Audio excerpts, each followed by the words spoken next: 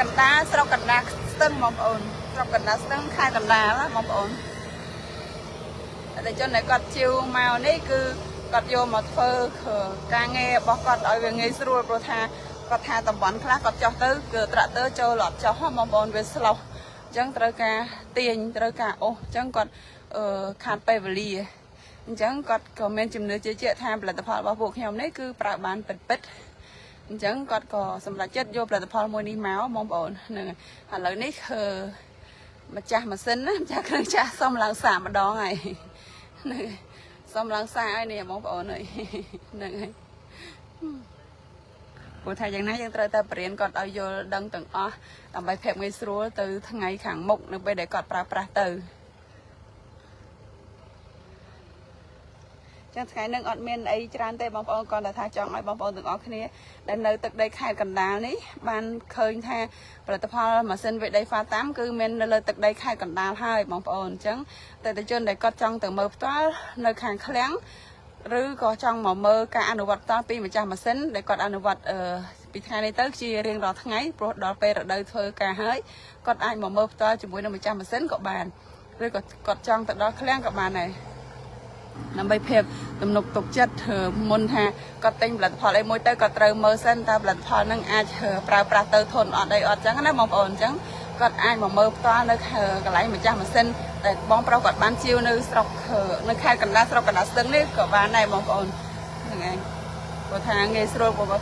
អីក៏បើគាត់ចង់បំលាស់ទីទៅដល់នោះក៏អត់មានបញ្ហាដែរបងប្អូនព្រោះថានៅពេលដែលគាត់ទិញផលិតផលរបស់ពួកយើងខ្ញុំទៅខាងក្រុមហ៊ុននឹងមានដឹកជញ្ជូនឲ្យដល់ផ្ទះណាទោះបីគាត់ទៅមើលដល់ឃ្លាំងឬមិនបានទៅមើលក៏អត់មានបញ្ហាដែរព្រោះថាគ្រឿងចាក់នេះគឺថ្មីចាញ់ពីរោងចក្របងប្អូនអត់មានការច្នៃទេអត់មានការច្នៃក្នុងស្រុកយើងយកក្បាលម៉ាស៊ីនចាស់មកការច្នៃទៅជាថ្មីអត់មានទេនិយាយរួមគឺថ្មីកោះកេះគឺតែថ្មីទេបងប្អូនបើសម្រាប់ឡានគឺខ្លាញ់គោហ្មងបងប្អូនហ្នឹងហើយជនមកយើងគាត់មានចំណាប់អារម្មណ៍គាត់ឃើញគាត់មកមើលភ្លាមតែនៅខាងនេះវាមិនភ្លាមអញ្ចឹងទៅឡានធំចូលអត់ទៅចុះអញ្ចឹងត្រូវបមករៀងឆ្ងាយបន្តិចបងប្អូនហ្នឹងឯងចុះពីផ្លូវមកគឺរៀងឆ្ងាយបន្តិចជាប់ផ្លូវជាតិនោះតែដល់ម្ដងនេះជាប់ផ្លូវលំបងប្អូនដាក់អស់ហើយបងប្អូនអើយគឺស្តុបសំហ្មងនេះបងប្អូននេះមួយជើងខ្ទេចមួយជើងខ្ទេចស្មៅខ្ពស់កម្រិតណាក៏អត់មានបញ្ហាដែរជាមួយនឹងមុខកំបិតដ៏មុតស្រួយរបស់ម៉ាស៊ីនវេដីហ្វាតាមរបស់ពួកយើងខ្ញុំបងប្អូនហ្នឹងហើយ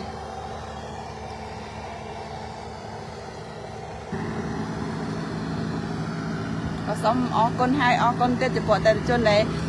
តែងតែគ្រប់គ្រងផលិតផលរបស់ពួកខ្ញុំពីដើមរហូតមកដល់ឥឡូវនេះនិងបន្តទៅថ្ងៃមុខទៀតមានអ្វីខុសឆ្គងអាចប្រាប់មកខាងឃ្លាំងពួកខ្ញុំនឹងរត់ដំណោះស្រាយជូនតែបើមានអីលើសលុបខុសឆ្គងអីសូមអធិស្ឋានផងចំពោះការ live នេះបើមានការប៉ះពាល់ដល់អតិថិជនអីចឹងណាបងប្អូនហ្នឹងឯងពេលសម្ដីខ្លះយើងអាចនិយាយទៅវាអត់សូវប្រុសអញ្ចឹងបើខុសឆ្គងអីអធិស្ឋានផងបងប្អូនចាំម៉ាស៊ីនគាត់ឡើងសាកនៅលើហ្នឹងឯងគាត់អាចនឹងអត់តាន់ថ្នាក់ដៃទេនិយាយរួមតែមួយថ្ងៃអីចឹងទៅស្វាមហើយបងប្អូនដាក់ទៅ1ម៉ោងមហត្តា45នាទីមហត្តានេះគាត់ទៅយឺតទៅបងប្អូនហ្នឹងហើយពួកអីគាត់អត់តាន់ថ្នាក់ដៃចឹងគាត់ថ្នមសិនដល់ពេលគាត់ស្វាមទៅគាត់ជន់យកហើយ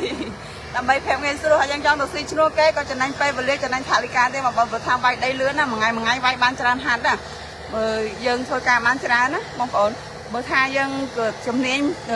បដ ாய் បងប្អូនក្នុងមហត្តាយើងវាយពីចន្លោះ45នាទីទៅ1ម៉ោងហើយស៊ីប្រេងតិចហើយចំណេញពេលវេលាចំណេញថវិកាហើយយើងអាចប្រើប្រាស់ងាយទៀតបងប្អូននេះខាងនេះសោះខ្ទេចក៏ហើយបងប្អូនហើយនេះនឹងគាត់តែមកសាកណាបងប្អូនហ្នឹងហើយអញ្ចឹងថ្ងៃហ្នឹងអត់មានអីទេគាត់តែមក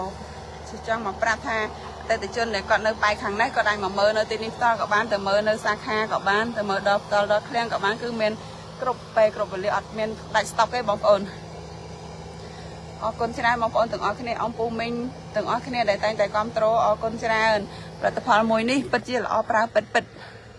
សម្បូរគ្រឿងបន្លាស់តម្លៃសមរម្យទាំងគ្រឿងចាក់ហើយទាំងគ្រឿងបន្លាស់ទៀតហើយសម្បូរលើទីផ្សាររកនៅទីណាក៏អាចរកបានណាបងប្អូនតែមិនមែនជារបស់កែច្នៃទេគឺជារបស់ថ្មីដែលគេផលិតមកស្រេចលក់បដ ாய் បងប្អូនហ្នឹងណា ដល់ថ្ងៃនេះសុំ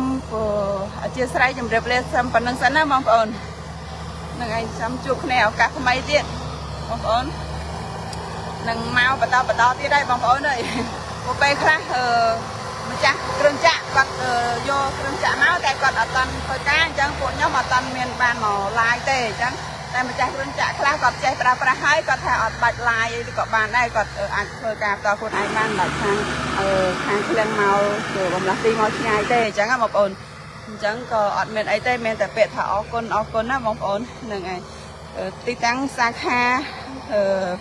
ដាក់នៅខេត្តបាធាយខេត្តកំពង់ចាមបងប្អូនតាមបណ្ដោយផ្លូវជាតិលេខ6នៅស្ថិតដ្ឋ